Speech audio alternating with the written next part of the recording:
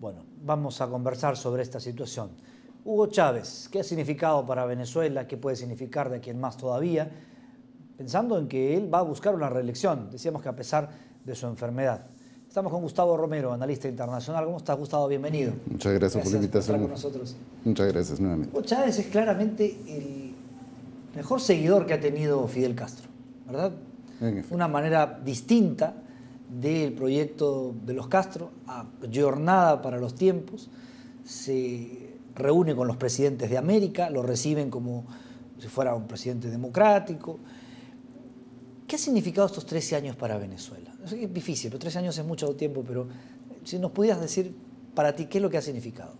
Bueno, primero creo que hay que ver las cosas de distintas perspectivas. Si estamos hablando sobre temas de derechos fundamentales como la libertad de expresión, que es un tema al cual a mí me atañe muchísimo, hoy evidentemente Venezuela podría ubicarse en uno de los últimos países sobre este derecho. Pero obviamente él está jugando a un gran populismo y a un gran populismo basado en el tema energético, en el tema del petróleo. Entonces, por eso es que resulta ser que él tiene una gran aprobación, una relativamente buena aprobación, aun cuando es descendido últimamente, ¿no? Ahora, Hugo Chávez tenía un proyecto que era una especie de exportación de su llamada revolución. Sí. En los últimos años ha cambiado un poco, parece por lo menos de métodos. No se habla tanto del financiamiento de estos proyectos. Ahora hay una especie de persuasión, de convencimiento con respecto a los otros países. Digamos, podría ubicarse a Venezuela en dos etapas muy importantes en cuanto a política exterior se refiere. Primero, la de hace 13 años no es la misma que después de su aprobación del referéndum, al cual resultó favorable, que esto más o menos ha sido en el 2004. Entonces, a partir de ahí, comienza a tener una variación en su política exterior y una exportación de su proyecto, y efectivamente ha ido menguando algunos acuerdos, por ejemplo el CAN lo ha debilitado para fortalecer otro tipo de instituciones como Mercosur, ahora también un poquito más debilitado, pero con esta nueva fórmula reciente que es el CELAC. Entonces, le da otro impulso, ¿verdad? Creo que le está dando un impulso a su proyecto personal, ¿no? Yo no creo, y a mí la verdad es que me parece que también va a tener algunos ciertos escollos en el futuro, porque no incorpora profesamente a los dos países muy fuertes como es Canadá y Estados Unidos. Esa es la idea, ¿verdad? Es que esa es la idea. Un poco vaciar a la OEA de contenido y convertirla en una fiesta en la que no está, en su enemigo principal. Sí, a mí me parece un absurdo porque no puedes mantener permanentemente esta confrontación con grandes países. Reconozcamos o no, son dos potencias que hay que incorporarlas, ¿no? Me da la impresión de que puede en el futuro nuevamente producirse un quiebre. Ahora, veámoslo desde la perspectiva interna, sí, en Venezuela. ¿Cómo está Hugo Chávez? ¿Cuál es su popularidad? ¿En qué niveles está? Aproximadamente él tiene una popularidad del 50%. Si bien él pudo haber tenido hasta un 75% hace varios años, ha menguado un poco. Y luego hay una cosa importante, ha crecido mucho su oposición prácticamente al 45%. Esto significa que la primera lectura es una gran polarización, pero también una segunda de que no todo lo puede ver el color de rosa en un futuro, ¿no?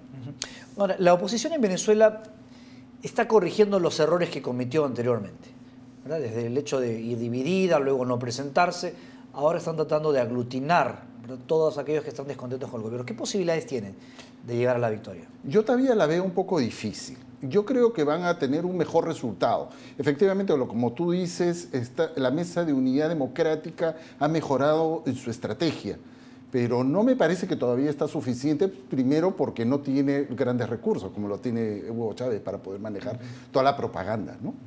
Ahora, la enfermedad de Hugo Chávez va a ser determinante, sin duda, en el momento de la elección. Pero algunos pueden... Bueno, él, por ejemplo, se ha mostrado bastante vital, vamos a decir, en esta reaparición, pero de aquí a la elección, tratándose de la enfermedad que tiene, es como que impredecible. ¿Eso cómo puede afectar?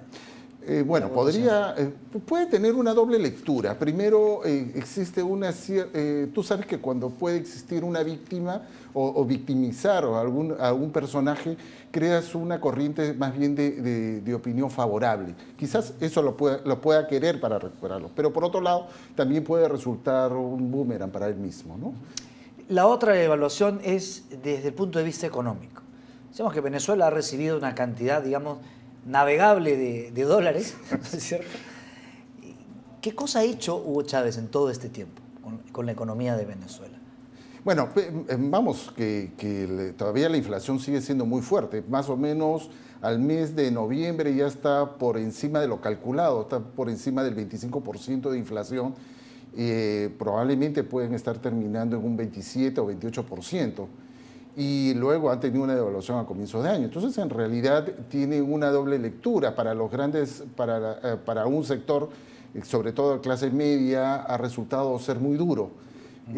Pero, por supuesto, pues, su gran campaña ha sido dedicada a ciertos sectores, a unos sectores extremos de extrema pobreza, que es la que le apoya en su aprobación. Donde sí tiene, digamos, cosas que mostrar, ¿verdad? Sí, efectivamente tiene cosas de mostrar, pero no ha creado condiciones para un desarrollo laboral, ¿no? Es decir, el proyecto, si baja el petróleo, ¿cómo se llama? La economía se va al diablo. Bueno, Gustavo, muchísimas gracias. Muchas gracias también. Muy amable por estar con nosotros. Muchas gracias. Gustavo Romero estuvo con nosotros, analista internacional, un poco que analizando por partes, ¿verdad?, la realidad de Venezuela, que vamos a decirlo, Hugo Chávez ha logrado una gran notoriedad, se ha adueñado del proyecto de CELAC, lo ha heredado de Brasil, ahora que no está Lula, y ha conseguido la creación de este foro regional sin Estados Unidos y Canadá. Veremos finalmente si es que esto supone una contraposición, una subrogación de uno con otro. Vamos a ver finalmente.